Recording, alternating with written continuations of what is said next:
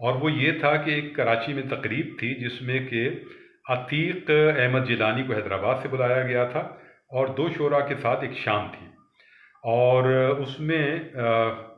عتیق احمد جیلانی ایک سینئر شاعر ہیں، بہت معتبر شاعر ہیں، بہت زبردست شاعر ہیں، مستند شاعر ہیں،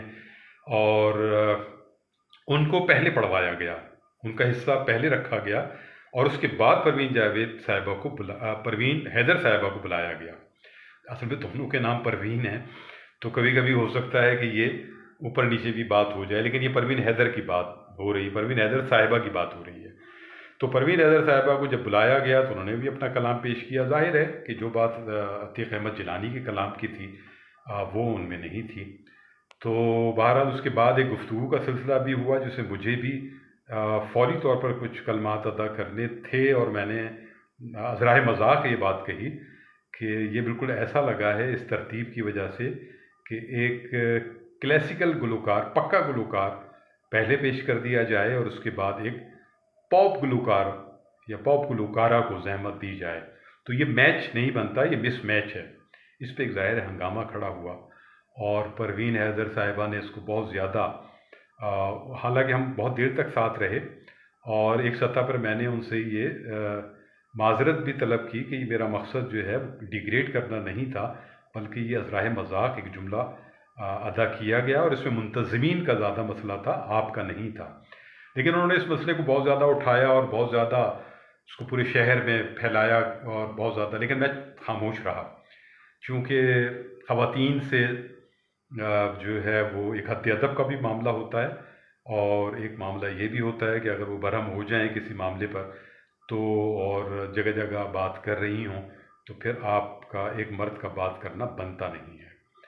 لہذا بعد میں ہمارے پھر تعلقات بھی ٹھیک ہو گئے، اور ممکن ہے اس ویڈیو کے بعد جو ہے وہ پھر خراب ہو جائیں،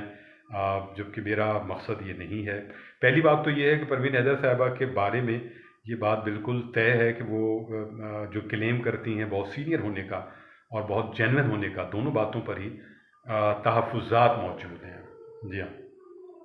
دونوں باتوں پر تحفظات موجود ہیں، اور ان کی کریٹیبلٹی کوئی اس سطح کی بنی نہیں جس پر ہم ان کو یہ بہت سینئر شاعرہ کے ان کی کلیم کو تسلیم کر لیں۔ ان پر بھی کچھ نہ کچھ الزامات لگتے رہے، اور سرور جاوید صاحب سے شادی کے بعد تو یہ بہت سارے معاملات اور بہت زیادہ اٹھے، اور اب وہ ایک گوشہ خلوت میں چلی گئی ہیں، بہت کم نظر آتی ہیں پروین حیدر صاحبہ، اور جو ان کا ایک دھوم دھام تھی سرور جاوید صاحب کی زندگی میں، اب وہ نظر نہیں آتی۔ اب وہ کہاں ہیں، کیا کر رہی ہیں؟ عبدالرزاق صاحب کے ساتھ بھی وہ نظر آتی رہیں، اور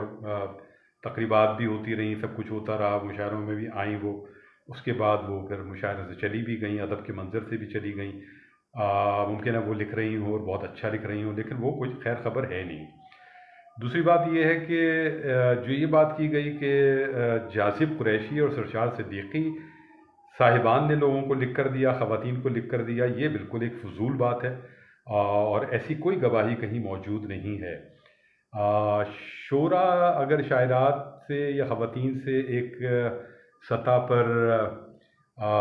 ایک نرم رویہ اختیار کرتے ہیں یا ان کی خیالداری کرتے ہیں، وہ ایک الگ بات ہے، اس میں جمالیات بھی آ سکتی ہیں، اس پہ کوئی میں نہیں سمجھتا کہ جمالیات کا کوئی پہلو نہ آتا ہو، بالکل آتا ہے۔ ایک مرد شاعر ہے تو ایک شاعرہ کی طرف اٹریکٹ ہوگا، اور اگر شاعرہ خوش جمال ہے تو ہوگا، ظاہر ہے، لیکن وہ کس حد تک ہے، تعلقات کی نوعیت کیا ہے، وہ ہر بات کوئی افیئر اور اسکینڈل والی نہیں ہوتی، نہ ہو سکتی ہے۔ تو سرشار صدیقی صاحب نے تو شاعرات سے لکھوایا، یہ ایک بہت عجیب سی بات تھی کہ انہوں نے بہت ساری شاعرات سے اپنے فن اور شخصیت پہ لکھوایا، اور وہ کتاب آئی باقاعدہ۔ جاذب قریشی صاحب نے شاعرات پر لکھا، اور وہ تقریبات بھی کرتے رہے۔ سرشار صدیقی صاحب بہت غسیل قسم کے آدمی کیے جاتے رہے، اور پریشر ان کا ہائی ہو جاتا تھا، یہی سرور جاوید صاحب کا مسئلہ تھا، وہ بھی بہت غسیل رہے، اور بہت غصہ ان کو تب بھی آتا تھا جب ان کو دانت نہ ملے، اور پھر وہ غصے کا باقاعدہ اظہار کرتے تھے، ڈانٹ دیتے تھے، ڈپٹ دیتے تھے، اور پھر وہ تھوڑی بہت داد بھی دے دیتے۔ آرٹس کونسل سے ایک وقت تک ان کو اختلافات رہے بہت زیادہ، انہوں نے شور مچایا۔ پھر احمد شاہ صاحب نے ان کو ایک اسائنمنٹ دے دیا جو آرٹس کونسل کے حوالے سے تھا، اور اس کے بعد ان کو ایسی چپ لگی کہ وہ پھر زندگی بھر آرٹس کونسل کے خلاف نہیں بولے، ہاں موافقت میں رہے وہ، اور اس پروجیکٹ میں ان کو کچھ مالی فوائد بھی دیے گئے، اور پھر ان کا ایک شعری مجموعہ ہجر کے آدمی ہیں ہم، وہ بھی آرٹس کونسل نے شائع کیا۔ تو سرور جاوید جو ہیں وہ ایک لیفٹ کے آدمی بھی رہے، اور ایک دبنگ آدمی بھی رہے، اور نوجوانوں کے ساتھ ان کی خاصی انہوں نے نوجوانوں کی پذیرائی بھی کی، جس میں نوجوان شعراء کی بات ہو رہی ہے، شائعات کی بات میں نہیں کر رہا۔ خود میرے ساتھ بھی ان کا حسن سلوک بہت اچھا رہا، اور پریس کلب میں مجھے انہوں نے اس دور میں متعارف کروایا جب بالکل میں بہت ینگ تھا، اور اس وقت انہوں نے مجھے پریس کلب کے مشاعرے پڑھوائے، جس زمانے میں پریس کلب کے مشاعرے پڑھنا باقی ایک بہت اہم واقعہ ہوا کرتا تھا۔ تو میں ان کا شکر گزار رہا ساری زندگی، میرے اچھے تعلقات رہے۔ ایک بار وہ مجھ سے غصہ ہوئے، اور وہ تھا کہ میں آزاد خیال ادبی فورم میں ان کی دعوت ناموں کے باوجود شرکت نہیں کرتا۔ تو پروین حیدر صاحبہ، پروین جاوید بھی بہت اچھی شاعرہ تھیں، اور بہت جینوئن شاعرہ تھیں، اور منتظم بھی تھیں، اور میں ان کا بڑا احترام کرتا ہوں اب بھی، اور وہ بہت نفیس خاتون تھیں۔ پروین حیدر صاحبہ جو ہیں وہ بھی اچھی خاتون ہیں، لیکن بعض باتیں ان کی ایسی ہیں جو قابل قبول نہیں ہیں، جس میں سر فہرست تو یہ ہے کہ وہ بہت سینئر ترین شاعرہ ہیں، اور وہ 5ویں جماعت سے لکھ رہی ہیں۔ چاہے آپ پہلی جماعت سے لکھ رہے ہوں، لیکن جب آپ آتے ہیں سامنے تب دیکھا جاتا ہے کہ آپ کا معیار کیا ہے شعر کا، آپ کی شخصیت میں کتنی گہرائی ہے، اور کتنا شعر و ادب پڑھتے ہیں آپ، کتنا گفتگو کر سکتے ہیں آپ، اور کتنا سنجیدہ ہیں شعر و ادب کے معاملات۔ خواتین کی اکثریت جو ادب پر بات کرنے کے لمحات میں چپ ہو جاتی ہے،